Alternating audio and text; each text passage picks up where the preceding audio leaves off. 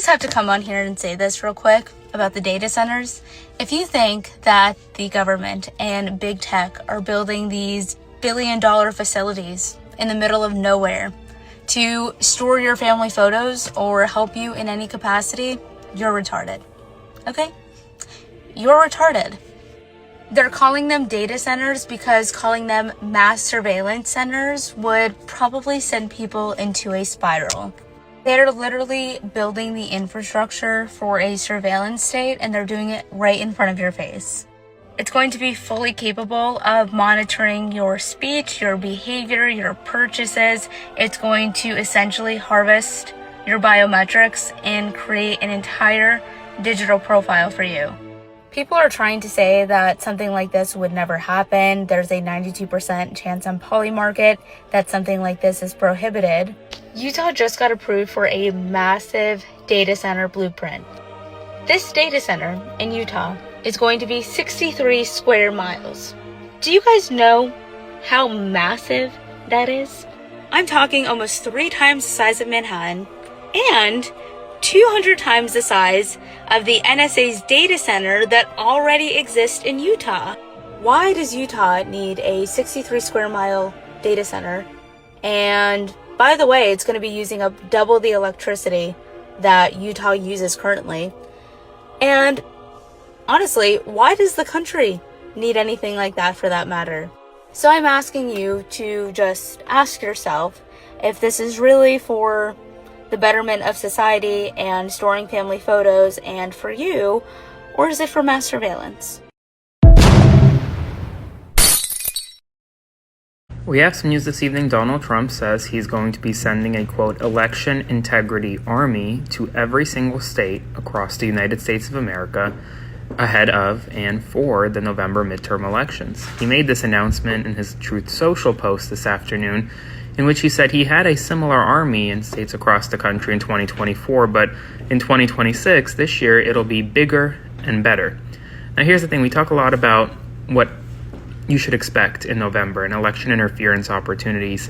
But the thing is that unlike in 2024, unlike in 2020, unlike in past elections, over the past year and a half, the Trump administration has decisively gut a lot of the safeguards that were in place in prior elections to protect elections. Those safeguards are no longer there. And in 2024, for example, it wasn't the Trump administration administering the election. I'll have more updates for you soon. We don't know what this army looks like. Follow for more. And this, my son, shall rebuke the wicked inventions of those nations which are for their wicked life are fallen into the tempest, and shall lay before them their evil thoughts and the torments wherewith they shall begin to be tormented, which are like unto a flame, and he shall destroy them without labor by the law which is like unto me. Shalom.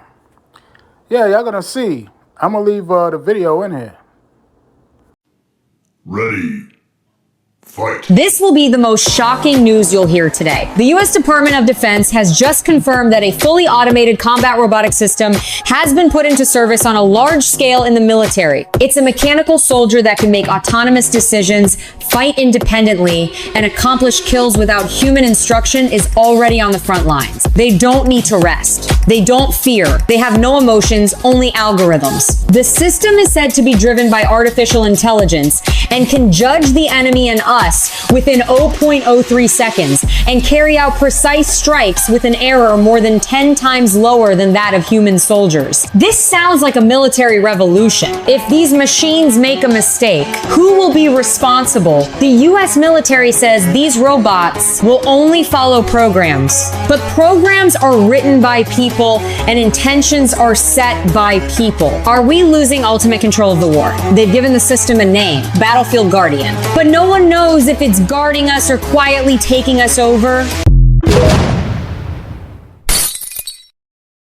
A US startup just sent the world's first humanoid combat robot to an active war zone, and it is already on the front line. Meet Mike LeBlanc, a Marine veteran who spent 14 years watching soldiers die in war and decided to build a robot to replace them. His company Foundation unveiled the Phantom Mk1 in October 2025 and sent 2 units to Ukraine in February 2026. And that is just the beginning. The Phantom is 5'9", weighs 175 pounds, carries revolvers, shotguns, and an M16 rifle. It also moves through doorways and staircases built for humans and has a heat signature close enough to a real body to confuse enemy targeting systems. Foundation already has $24 million in contracts with the US Army, Navy, and Air Force. Here's where it gets insane. Foundation's goal is to manufacture 50,000 Phantom units by 2027. Meanwhile, Endural just unveiled the Eagle Eye, an AI-powered combat helmet that lets soldiers see enemy movement through walls using thermal imaging and augmented reality. But the craziest part, Russian soldiers in Ukraine have already been filmed surrendering directly to an armed ground robot. The question is no longer whether robots will fight wars or not. That has already happened. If you want to stay updated with the latest tech news, follow for more.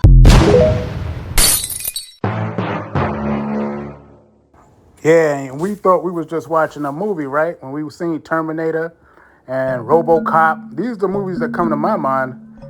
I think Trump using this also, this probably might replace ICE or to intimidate people when they go out and vote. But I don't vote anyway because the Lord tell you not to vote in this system according to the law in Deuteronomy. But later. Shalom. I want to address the first video because I didn't. Psalms 37 and 12. The wicked plotteth against the just and gnasheth upon him with his teeth. Yeah, he using this technology to come against us, man. It's another scripture in Lamentations I hope to read, but here's another one in Psalms 37 and 4, the same chapter. Delight thyself also in Yahweh, and he shall give thee the desires of thy heart. Commit thy way unto Yahweh, trust also in him, and he shall bring it to pass. And he shall bring forth thy righteousness as the light, and thy judgment as the noonday. Rest in Yahweh and wait patiently for him. Fret not thyself because of him who prospereth in his way, because of the man who bringeth wicked devices to pass. And that's a wicked device. And I just want to say, stay encouraged. Stay encouraged and read the scriptures and pray earnestly, pray without ceasing, and check out this angelic activity.